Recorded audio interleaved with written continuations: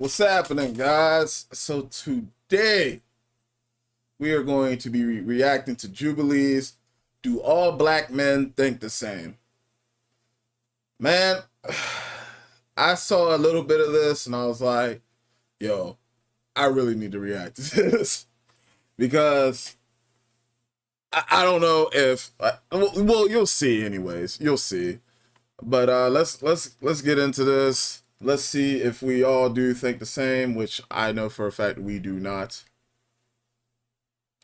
Oh, I need my headphones on. Hey good humans, before we start this episode, we've got a big announcement to make. We're gonna be having a Are you tired of seeing this guy intro every single Jubilee video? Black men that date white women, there's something different, and there's nothing wrong with that. But you know what it is. Like oh, okay, Childish Gambino, I can see that. Jordan Peele, okay, I can see that.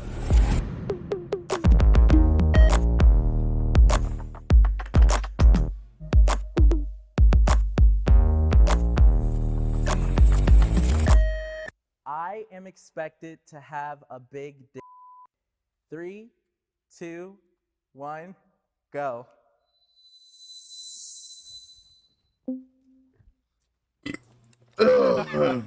Nobody disagrees. Nobody disagrees.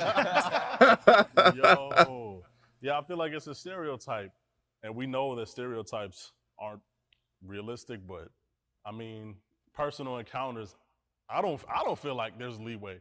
I feel like, okay, that one we're keeping. Like, that's what the general notion is. I think it gets into the issue of positive and negative stereotypes and how people need to realize that there is no such thing, because what you do is you put people into a box where they're expected to live up to a standard.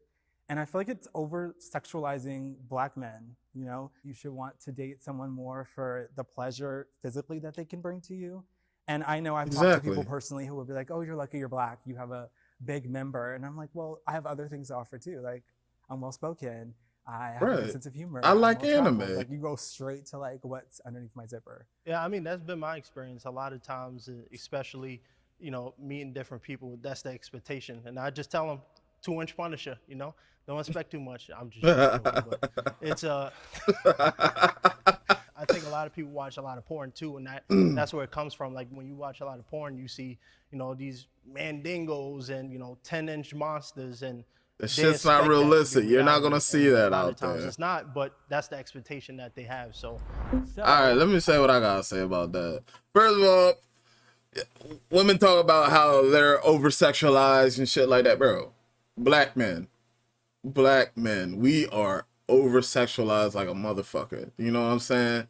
All I see is posts, and it be, man, shoot, I even be from dudes, of course, gay man, just pictures of us shirtless, the dark chocolate, Hershey. You know, that's all y'all think about. Just y'all think of us as just delectable treats. You know what I'm saying? And then, of course, y'all expect all of us to be just packing downstairs. That's why we can't walk out with wearing gray sweats without being sexualized.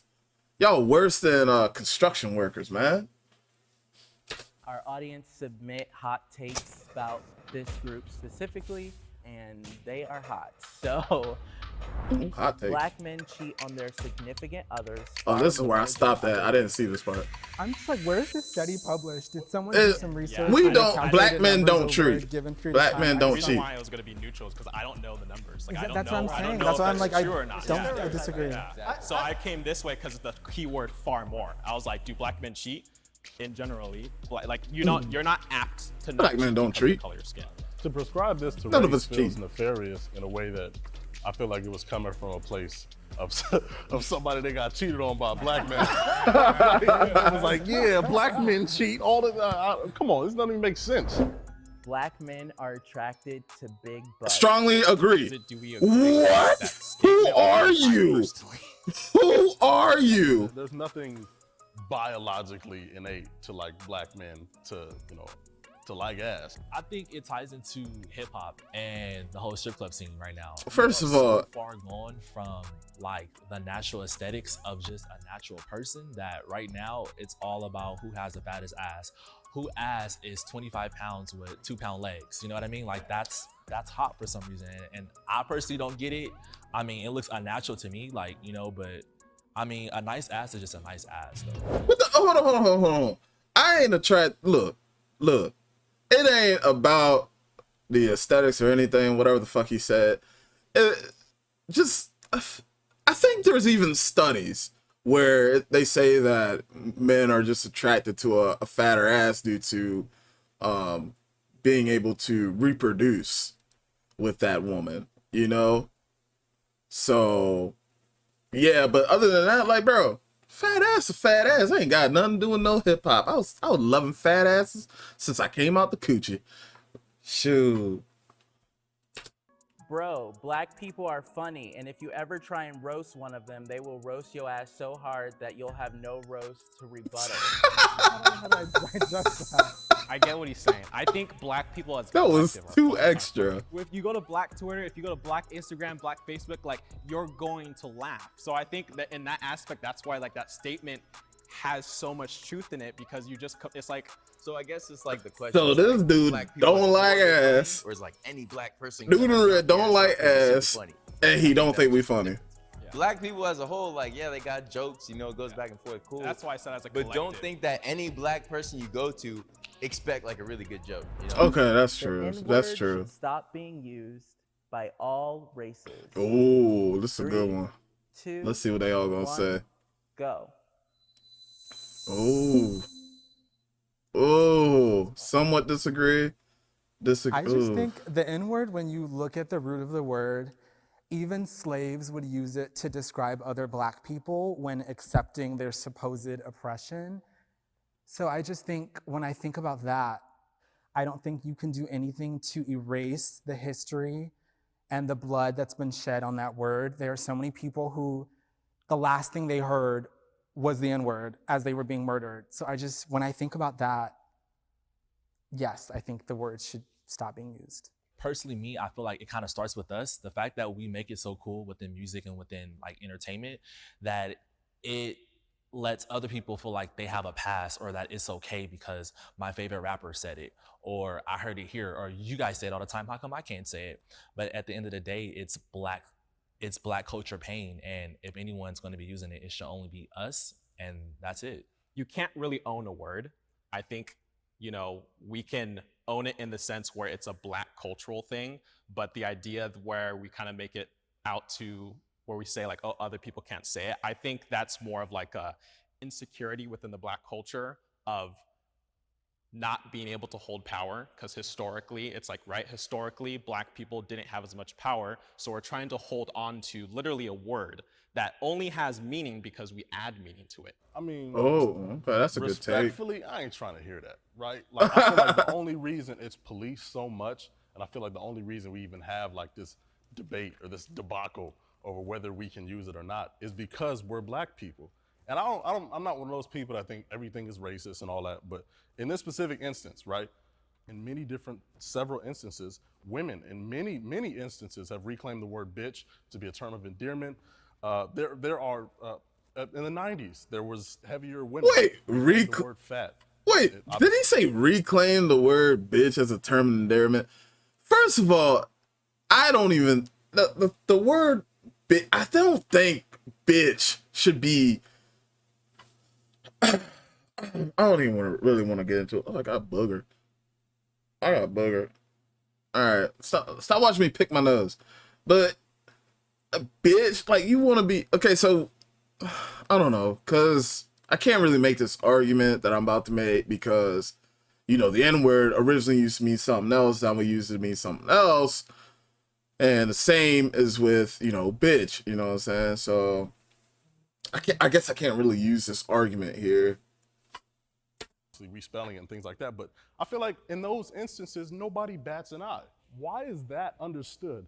But with this, it's so confusing. Like, oh, I don't know if like, you know, when there are boundaries set, and that word is one of the boundaries that I think we have respectfully and rightfully set up for ourselves. So I don't want to, I'm not trying to hear the like, if we use it, why can't we do that all the time with a bunch of different things? And I don't think this should be one of the areas where we're like, Yeah, let everybody. Nah, Nah, I think it goes back to where you're saying boundaries, because when you break down to inner communities where blacks and Asians, blacks and whites in hip hop culture, where there's like it's 5 group of friends and their black friends don't care. Yeah, They're that's like, true. Say it. That's true. That happens. That's So it's very like, true. we're You'll live in a hood and you got white boys who just throwing it out there like crazy, and no one bats an eye because they grew up in that hood and they just look at them as one of them. So they allow them to. Same with some Asians down in Houston who kick it with tons of black folks in those communities. They just allow them. I guess black folks allow other people to say these words. I feel like, yeah, what we're doing is just giving people, it's our word, but we just give people a pass to say the word. I feel like that's how it should be. Not everyone should be allowed to. I feel like we should just, be like, okay, I'll give you a pass, because I fuck with you. This broad conversation, and I know all of us aren't trying to be the spokespeople for black people, right? But it's like it's such a convoluted I guess topic where it's like the expectations aren't clear to people depending where you are. If you're on the East Coast, West Coast, like it's very unclear. That's what I think. I'm not arguing whether or not it's okay to say it or whether white people should say it. I'm just saying if we don't want white people to say it, I think it needs to be very clear. And I think even in fact in this new age of our culture, I think we're seeing more people saying we don't want white people to say it. Homophobia is a big issue in the black community. Yes, it is. 3, it is. 2, it really 1, is. Go. Yes. All right. That's what it is. It's a very big issue. Let's not act like it's not. A lot of us black men, we will rather be friends with the homie that, probably has rape attached to his name than the homie that's part of the LGBTQ plus community. And I think that that's something that, we got to work on as people, because my thing is, I don't understand the whole big phobia of, okay, what he decides to do in his free time or behind closed doors, why does that bother you so much? Why does that affect you? Like, why do you feel like it's such like the scum of the earth? And I also think it comes from religion, because I don't want to get too controversial with that, but people are very religious, especially in the black community, Christians and when you talk about the Bible, they say, homosexuality is a sin. So a lot of people have that ingrained in their mind. This is absolutely not right. And for a lot of people too, when they see a man, they want to see a manly man, and they associate that with being straight. Heterosexual men have a fear that homosexual men will treat them how they treat women, if that makes sense. And so they're afraid of that treatment. And I'm on somewhat agree because I'm rather torn. I think I've lived a life where I'm around very open-minded, inclusive people. So I'm not sure how big of an issue it is in the community, but I know that in the black church sphere, homosexuality is often made out to be the worst thing that you can be. There's almost nothing worse than being gay. And I think that's also where some of the homophobia comes from. We like to ignore all the other sins, all the other things that the Bible outlines that are not. But when you're when you're fucking gay, oh, bro, it's a wrap. Granted, the Bible they're says gonna it's an attack abomination, you. I get that, but the Bible says any sin will send you to hell. So yeah, you can't be pro-black and date Woo! a white person. I gotta see what they gotta 3, say. 2, Let 1, me see. Go. This okay. Wait. Hold on. You can't be pro-black and date a white person. Okay, strongly disagree. Okay. This is a lot better than I expected it to. Fuck him. Fuck the dude in the plaid. That makes okay. I want to hear what he has to say. I'm glad 92% disagreed. That okay. So it was okay. I think really the issue with this statement is, for me, if you are a stand-up person and you stand up on your morals and your character, it doesn't matter who you date. And I think a lot of the issue is a lot of people get into, interracial relationships, or they date white people and they forget who they are. And if you are pro-black, it doesn't matter if you're dating a black person, a white person, because you can date a white woman and a black woman, and still not even be for the cause. So I really Right. think it's up to the person Exactly. if they stand on their morals or not. I agree to a certain extent, but personally, me, I feel like if you're pro-black, you're pro-black for everything. Like, you're for the advancement of the race, you're for businesses, you're for everything black. So, Whoa. First of all, he said for the advancement of the race. First of all, if you are with a white person and you have a child, that child is going to be considered black. Barack Obama was black. No one ever was like, hey, the mixed guy, we got the mixed president. No, they were like, we have a black president. No, it's never you're mixed or anything like that. You will always be a black person in the eyes of everyone else. So he's like the advancement. I don't want to hear that whole the advancement of black people. You're black regardless. All right. kind of hard for me to understand how someone can be pro-black and want so much for, you know, the black culture and the black race, and then they're in a relationship with someone that doesn't represent that, you know. So are you saying that if you are black and you're pro-black, you cannot act on attraction to someone from another race? Personally, I'm not pro-black, but in my mindset, like I'm saying, if you're pro-black, you wouldn't find someone that's not black attractive to me. Not saying attractive, but you wouldn't even want to cross that line and you a weirdo, bro. You a weirdo. Like lust, but I mean, she's an attractive white woman, but ideally, you want black kids, you want black family, you want your lineage to carry on. I don't know. I feel like the question in itself kind of like low-key negates the demographics of the country. I mean, black folks make up 13% of the country, roughly, and a lot of the time we live in concentrations. So, you know what I'm saying? If you in Iowa, it's gonna be a little tough to find you like a black woman, especially somebody that Right. might identify as pro-black with you. So I think it depends on what you do, not who you decide to be with. My first response to that is like, what's the point of looking at people differently? It's like we get upset that people do it to us in generally, like looking at black people and judging them and stereotyping them and making assumptions about them. It's like, so on the flip side, why should we be doing that to other people regardless of who, you know, they're in a relationship, depending on the color of their skin? I'm not gonna lie, I do.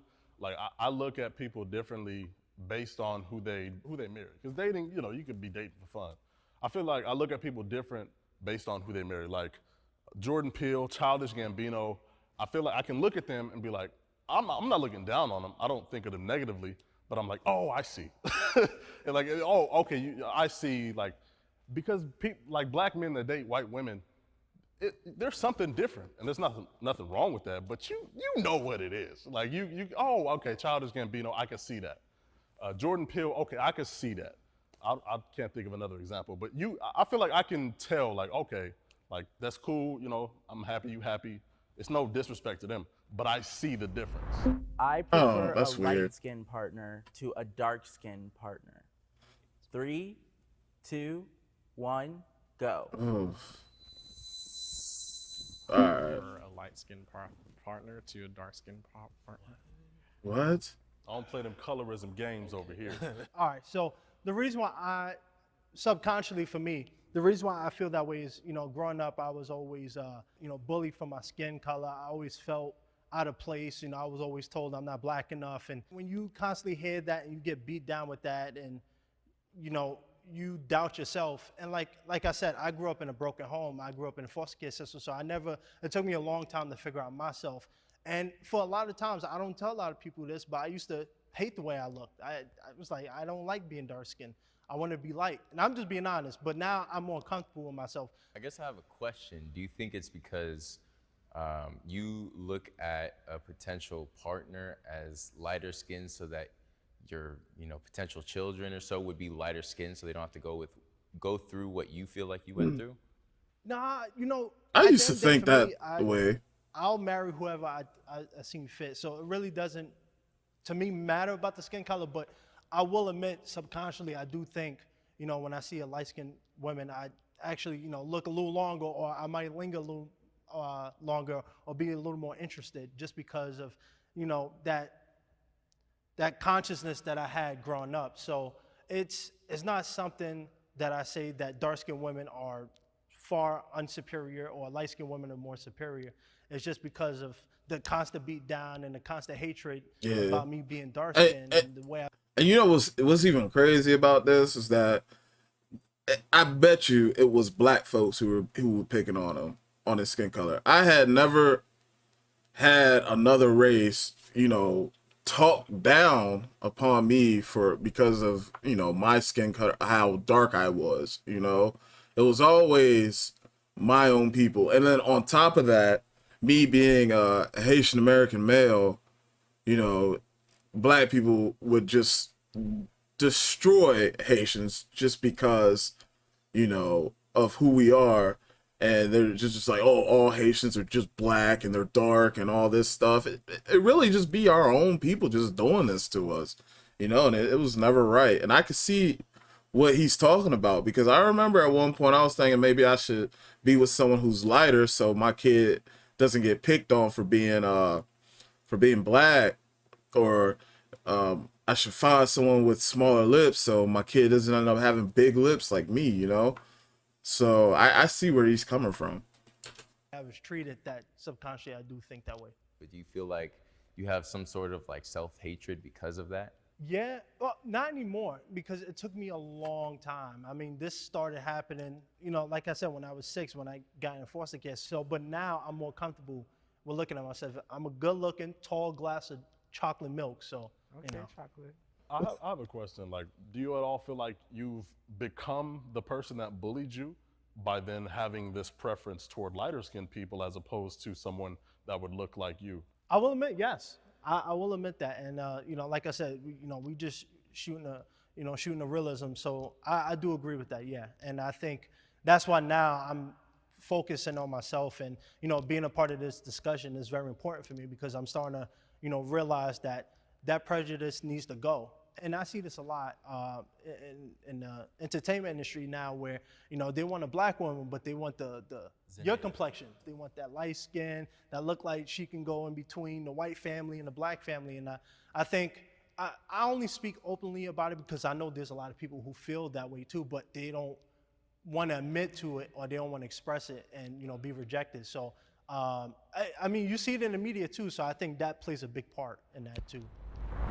I currently go to therapy. 3, 2, 1, go. I used to go to therapy back in the day.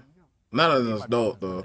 But she don't like that. So I'm thinking about going fairly soon just to speak my mind, because I feel like there's a lot of things that, everything's cool up front, but everyone has like something that's just like digging at them somewhat internally that, may hinder them in some sort of way, and I feel like, if you have that type of feeling, like, you should go. Yeah, therapy can be going to the beach, or like going out to eat, or doing something that relaxes you. So okay. Therapy, going to the Hold on. we have to be able to draw a line. I know what I'm saying. It's open to interpretation. I'm here because I took it as like sitting in front of a therapist, someone licensed to do this. Do I do that? No. Do I find other avenues to relieve stress or whatever? Yes. Okay. But you can't mix up self-care with therapy. Okay, it's maybe that's two what I'm different doing. things. Yeah. I've been in therapy for quite some time, personal therapy, just for myself, just issues that I have internally that I speak with someone with on a professional level. I recommend therapy. Therapy is literally the best thing you could possibly do. For me, I find therapy in my faith, and I know there are a lot of people who they look at like, the Christian church specifically and might not adhere to that. But I think in recent years, the church has been adding more professionalism to what therapy means. Having these conversations, for some reason, it makes you feel like less of a man, because when we talk about therapy, people like, really? You going to therapy? But when you think about it, that's why a lot of people have anger issues. That's why a lot of black men have anger issues, because, they grow up a certain way, or they face a lot of challenges and they don't know how to express it. So the first thing they do is they take it out on you or their girlfriend or their mom, and they don't have someone or an outlet to express it. So I think we need to normalize going to therapy and not pushing it off as a white thing. He's right about that. He's right, because I used to have really bad anger issues, really bad. And I would lash out, break things. I was a horrible, I feel like during that time between the ages of I would say 13 all the way up to when I was 16, I was literally the worst person I ever could be. You know, and my anger was just so bad. Well, even before that, my anger was really bad, but then it just really got bad during those times.